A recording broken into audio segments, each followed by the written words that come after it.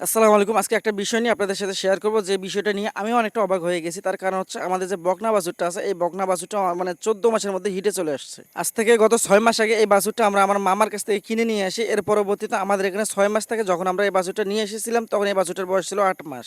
8 মাস আর 6 মাস এই হচ্ছে 14 মাস। এই বাছুরটার বয়স হচ্ছে 14 মাস, কিন্তু গত 10 দিন আগে আমরা দেখতে পেয়েছি যে এই বাছুরটা হিটে আসছে। প্রথম দিকে দেখে এটা আমরা অনেকটা মনে করেছি এটা হয়তো বা ফলস হিট হতে পারে। পরবর্তীতে আমরা ডাক্তার নিয়ে এসে চেক আপ করে দেখি না, আসলে এখানে হিটে চলে আসছে, কিন্তু আমরা প্রথম দিকে দেইনি। ইনশাল্লাহ আমরা পরবর্তীতে যখন আবার হিট আসবে তখন আমরা এটাতে সিমেন্ট দিয়ে দিব। এই বিষয়টা অনেকের কাছে অবাক লাগতে পারে, কিন্তু এই অবাকটা আমরাও হয়েছি, কারণ 14 মাসে গরু মানে বাছুরে হিট আসবে এটা আসলে বিশ্বাস করার মতো না। তো যাই হোক, আল্লাহ তাআলা উত্তম পরিকল্পনাকারী। যেহেতু এই বাছুরটা এখন হিটে চলে আসছে, এখন একে আমাদেরকে খাবারটা একটু পরিপূর্ণভাবে দিতে হবে, মানে একে সুষম খাদ্য দিতে হবে। এই কারণে আমরা এদের খাদ্যটা একটু বাড়িয়ে দিয়েছি। তো যাই হোক, অনেকদিন থেকে এই গরুর ঘরে আমার সকাল আসা হয় না, তো আজকে এসেছি। এই গরুর ঘরে আমরা কিছু কাজ আছে, এই কাজগুলো আমাদেরকে করে নিতে হবে। প্রথমত এই গরুর ঘরের যে খাবারগুলো আছে, খাবারগুলো নষ্ট করছে, মানে গত বিকেলে আমরা যে খাবারগুলো দিয়েছিলাম এই খাবারগুলো নষ্ট করছে। এই খাবারগুলো আমরা এখন পরিষ্কার করে নিব। সচরাচর আমরা সকালে একেবারে শুরুতে আমরা এই খাবার দেই না। আমরা আগে ঘরের যে কাজগুলো রয়েছে, যেমন গোবর আছে বা ঘরের যে খড়গুলো ফেলে দেয়, এগুলো আমরা আগে ঠিকঠাক করে নেই। এর পরবর্তীতে গরুকে গোসল করে তারপরে এই গরুকে খাবার দেই। তবে আমি এই পর্যন্ত যতগুলো গরু পালন করছি, এর মধ্যে সবচেয়ে খচ্চর টাইপের গরু হচ্ছে এটা। এই গরুকে যখনই গোসল করাতে যাই, তখন সে চারির উপরে উঠে বসে থাকে। এই কারণে এই গোসল করাতে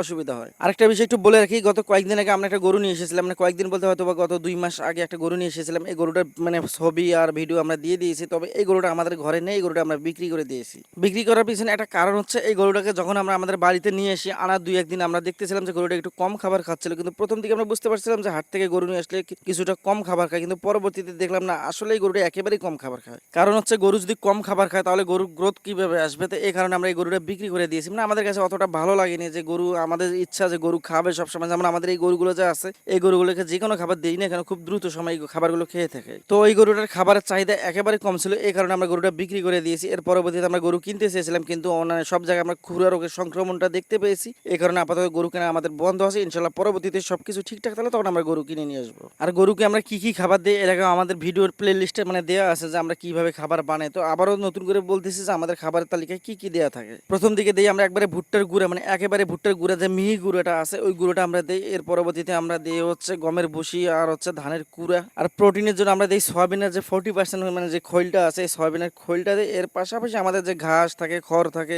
এবং ফিডও খাওয়াই। তো যাই হোক, আলহামদুলিল্লাহ আমি যখন থেকে খামার করা শুরু করছি, মানে গরু পালন করা শুরু করছে, এর পরবর্তীতে আমি বেশ কয়েকটা গরু মোটা তাজা করে বিক্রি করে দিয়েছি। তা আমাদের ঘরে বর্তমান ষাঁড় গরু আছে একটা, আর হচ্ছে বকনা বাছুর আছে একটা। এই টোটালে আমাদের ঘরে বর্তমান আছে 2টা গরু। সাধারণত সকালবেলা গোসল করানোর পর আমরা যে দানাদার খাবারটা, এই খাবারটা আমরা দিয়ে থাকি। এর পরবর্তীতে আমরা কিছুক্ষণ অপেক্ষা করি। অপেক্ষা করার পর আমাদের ঘাসগুলো কেটে আনতে হয়। কেটে আনার পর আমরা মেশিন দিয়ে সেগুলো কেটে তারপর গরুর সামনে আবার দেই।